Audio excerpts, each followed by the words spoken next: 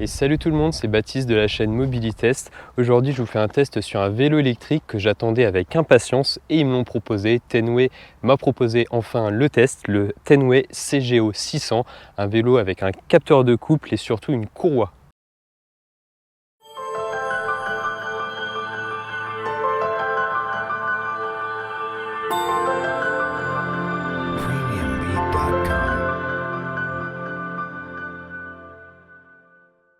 Et juste avant d'entrer dans le vif du sujet, comme à chaque fois, cette vidéo sera composée de 3 parties. La première qui va commencer maintenant où on va aborder les caractéristiques du vélo. Seconde partie de la vidéo, on fera un test en fonctionnement, test de freinage, d'accélération pour voir un petit peu plus ce que ça vaut dans les conditions réelles d'utilisation.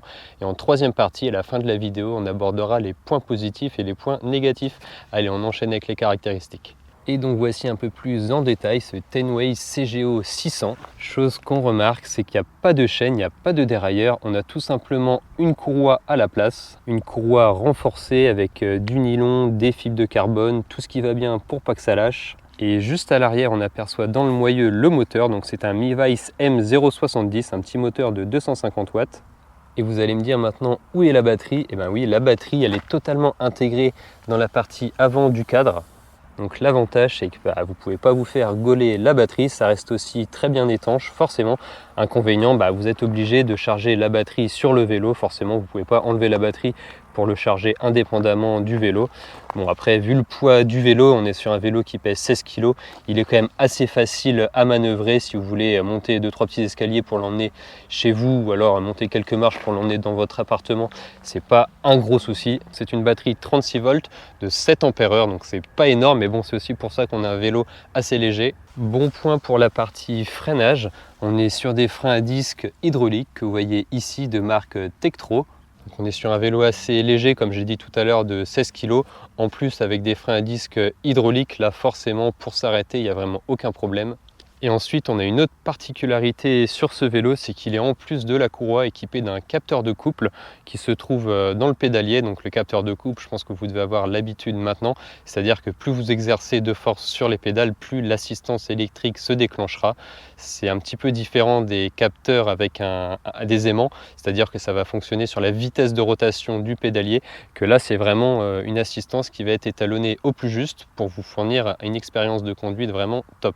Pour ce qui est de la taille des roues, donc on est sur du 700C, donc 700 mm de diamètre. Alors ensuite, le mien est équipé de garde-boue avant-arrière. Je ne sais pas si c'est systématique. Je sais qu'à l'heure où je tourne la vidéo, ils le vendent en cadeau, entre guillemets. Vous achetez le vélo, ils vous offrent les garde-boue. Je ne sais pas si c'est à tenir. En tout cas, c'est toujours possible de les acheter individuellement sur leur site. Et pour parler autonomie, maintenant, donc on est sur une autonomie affichée à 70 km. En réel, on est plutôt sur 40-45 km. Et encore, j'ai testé en mode d'assistance 1. Si vous vous mettez en mode d'assistance 3 sur 3, donc forcément, vous allez encore avoir un tout petit peu moins d'autonomie. C'est vraiment assez léger, hein, avec un vélo d'une batterie comme ça de 7 ampères. Il ne fallait pas s'attendre à beaucoup plus de toute façon. Et pour ce qui est de la vitesse maxi de ce CGO 600, et là on est sur 25 km/h pour être vraiment en adéquation avec la réglementation. J'ai essayé de le débrider, j'ai vraiment pas réussi, hein. J'ai essayé en appuyant sur les boutons pour aller dans les réglages et tout. J'ai réussi à avoir l'option speed limit 25 km/h, mais on peut vraiment pas changer cette valeur malheureusement, parce que je pense qu'il peut aller vraiment au-delà. Je pense qu'on peut facile arriver à 30 km/h avec ce vélo. Puis c'est dommage, c'est assez frustrant, ça arrive à 25 km/h et paf, ça se coupe. Mais bon, j'aurais essayé, malheureusement c'est pas possible.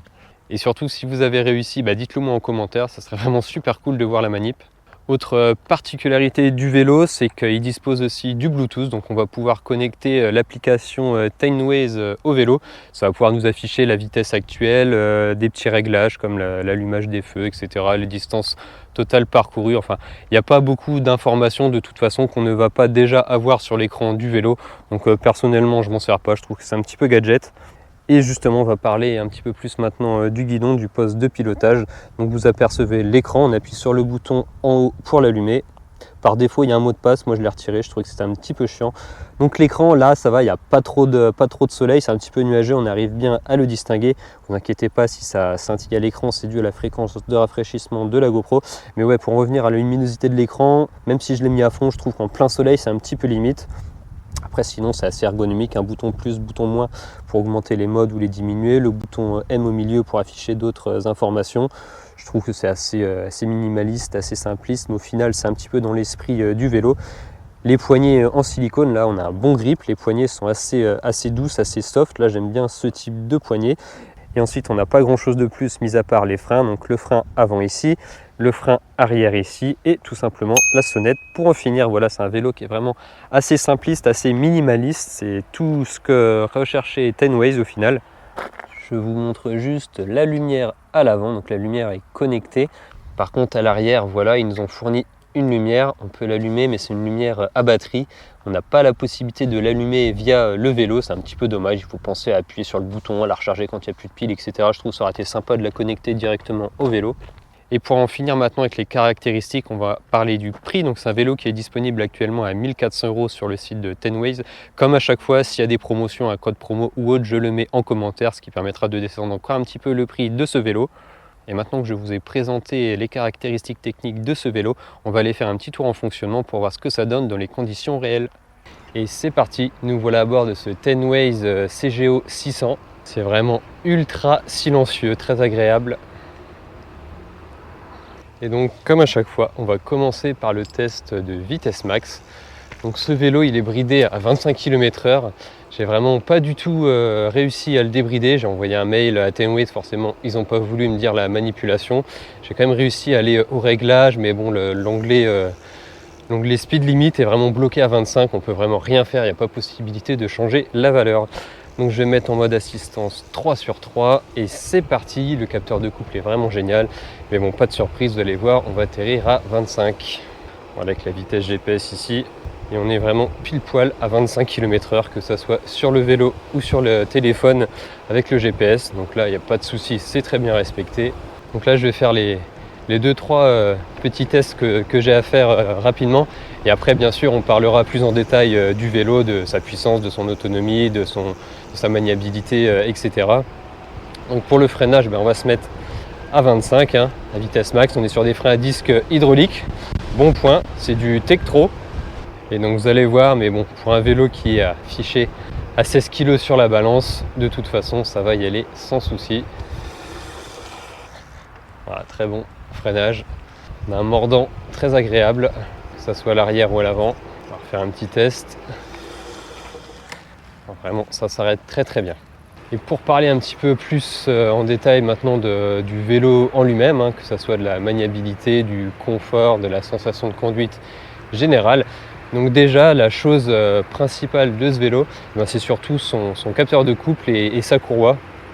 Avec le capteur de couple, ça permet vraiment une assistance électrique vraiment exemplaire. C'est vraiment génial. Et couplé à la courroie, on a vraiment une sensation et un confort de conduite très agréable. Il n'y a vraiment aucun bruit. J'essaye de me mettre dans un endroit où il n'y a pas trop de vent pour vraiment que vous puissiez écouter le silence, hormis les voitures qui sont pas très très loin, c'est dommage. Donc là, je pédale.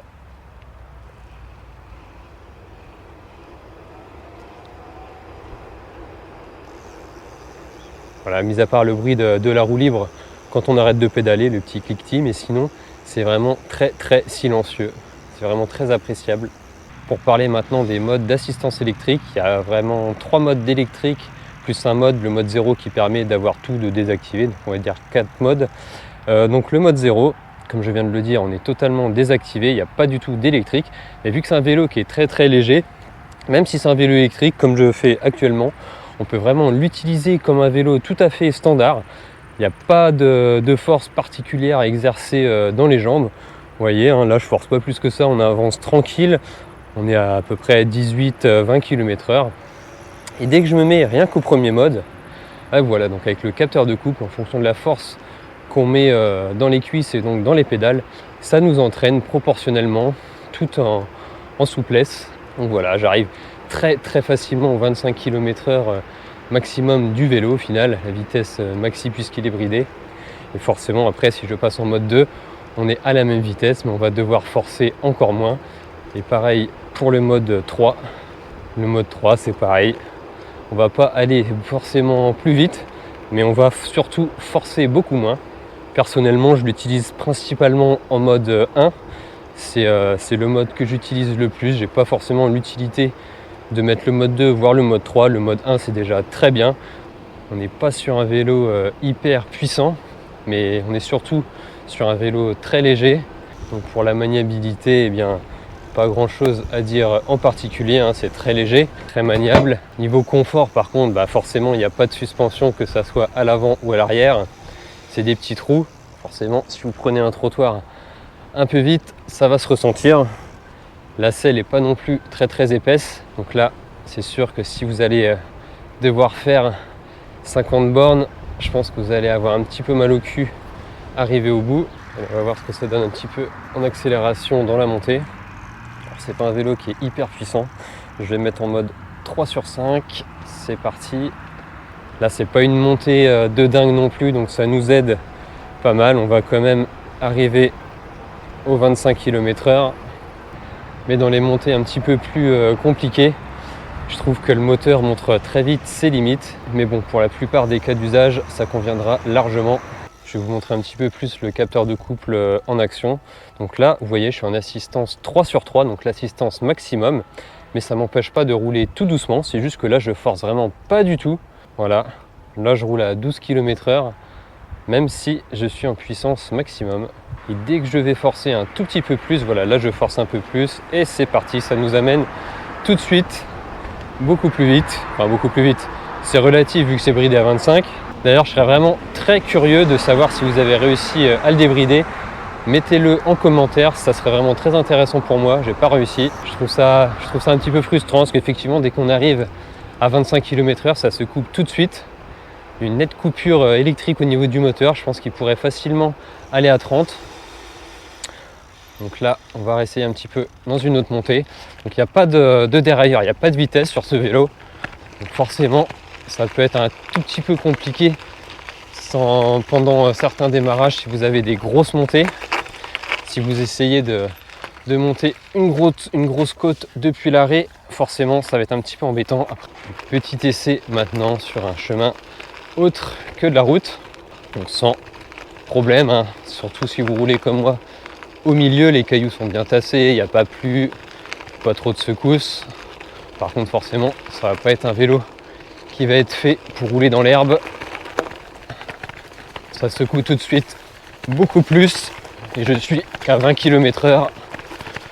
Voilà, ça va faire le travail très bien sur la route. Ça va le faire aussi si vous devez emprunter un petit chemin comme ça pour vous rendre au boulot par exemple.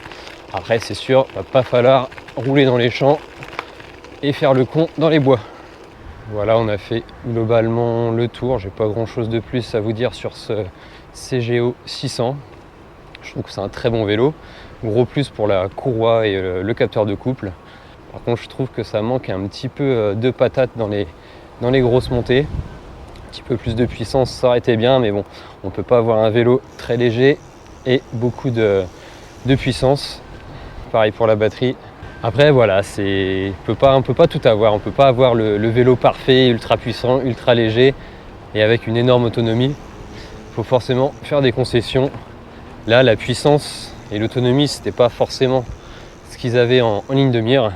C'était surtout le confort, la légèreté, le capteur de couple. C'était ça, je pense, les grandes lignes pour ce vélo. Et maintenant, on va passer au point positif et au point négatif. Allez, à tout de suite. Donc j'espère que ce petit tour en fonctionnement vous a plu, que ça vous a permis de voir ce que donnait ce CGO 600 dans les conditions réelles d'utilisation. Et on va passer maintenant au point positif. Donc déjà, ce que j'ai vraiment beaucoup aimé avec ce vélo, c'est que c'est un vélo qui est très léger. On n'a vraiment même pas l'impression d'avoir un vélo électrique à tel point qu'on peut l'utiliser carrément sans électrique, même en mode zéro. On a quasiment un vélo normal, c'est vraiment super intéressant. J'ai jamais eu ça. En général, quand je me désactivais l'électrique sur tous mes autres vélos, on sentait qu'on avait un vélo électrique, c'était quand même assez lourd. Que là, avec celui-ci et ses 16 kg, il n'y a pas de problème. Même si on n'a pas de batterie, on n'est pas du tout obligé de peiner. J'ai bien aimé aussi, c'est sa batterie totalement incrustée au cadre. Ça évite de se faire gauler la batterie quand on le met en ville, parce que c'est un vélo qui a vraiment pas du tout le look d'un vélo électrique. Et en plus, ça protège vraiment efficacement contre la pluie et les intempéries. Après, c'est sûr, pour recharger le vélo, on sera obligé de brancher le vélo. On ne pourra pas retirer la batterie. Et gros point positif aussi, c'est pour sa courroie. On a vraiment des gros avantages avec celle-ci. Le fait que c'est ultra silencieux, qu'il n'y a pas de risque de dérailler, qu'il n'y a pas d'entretien, que c'est moins salissant, hein. C'est une courroie, vous pouvez toucher, il n'y a pas de graisse dessus. Et autre point positif, c'est comme à chaque fois quand il y a un capteur de couple, c'est vraiment quelque chose qui est très appréciable sur les vélos électriques. Ça permet d'avoir une assistance électrique vraiment parfaite, très bien adaptée en fonction de la force que vous exercez sur les pédales. C'est vraiment un confort de conduite vraiment pas négligeable, hein. Moi, entre un vélo avec un capteur de couple et un vélo avec un capteur de rotation avec des aimants, franchement, il n'y a pas à négocier. C'est le capteur de couple en priorité, même si c'est un petit peu plus cher. Autre point positif, c'est son freinage, hein. Même si on est sur un vélo très léger, ils ont quand même mis des freins hydrauliques Tektro, donc c'est pas rien. Je trouve que c'est vraiment pas négligeable. Et pour parler maintenant des points négatifs, il y en a quelques-uns, mais rassurez-vous, ils sont pas méchants. Bon, le fait qu'il n'y ait pas de lumière arrière connectée, ça je le dis systématiquement, je trouve que c'est un petit peu couillon. Je trouve que l'écran est un petit peu faiblard en luminosité quand on est en plein soleil. Et je trouve que quand on est sur les grosses montées, l'assistance électrique, elle monte très vite ses limites. Forcément, on n'est pas sur un moteur hyper puissant, donc sur les grosses montées, ouais, il va falloir que vous forcez un petit peu sur les cuisses. Et l'autonomie, je m'attendais un petit peu mieux. Je savais qu'il n'allait pas avoir une autonomie énorme, hein, parce qu'on est sur du 36 volts en 7 ampères-heure. 7 ampères-heure, c'est vraiment pas très gros, il faut que ça tienne dans le cadre en plus. Mais ouais, 40-45 km, hein, ça dépend, en moyenne ça va être ça. C'est vraiment un petit peu limite, hein, surtout comme j'ai dit dans le test, j'ai fait ces essais en étant en mode assistance 1, donc forcément si on se met en mode 3, on va descendre encore. Voilà, si on arrive à 30-35 km, comparé aux 70 qu'ils annoncent sur le papier, c'est moitié moins. Donc j'aurais aimé avoir un petit peu plus d'autonomie. Et on est maintenant à la fin de cette vidéo test consacrée au Tenway CGO 600. Dans l'ensemble, c'était vraiment un super vélo. Je m'en sers même encore assez régulièrement pour le vélo taf. Et si ce n'est pas déjà fait, je vous invite vivement à vous abonner. Ça serait vraiment super sympa. Mettez un petit pouce bleu sur la vidéo. Posez-moi vos questions en commentaire. Et moi, je vous dis à bientôt pour une prochaine vidéo. Il y en a encore pas mal qui vont arriver. Allez, salut, à bientôt.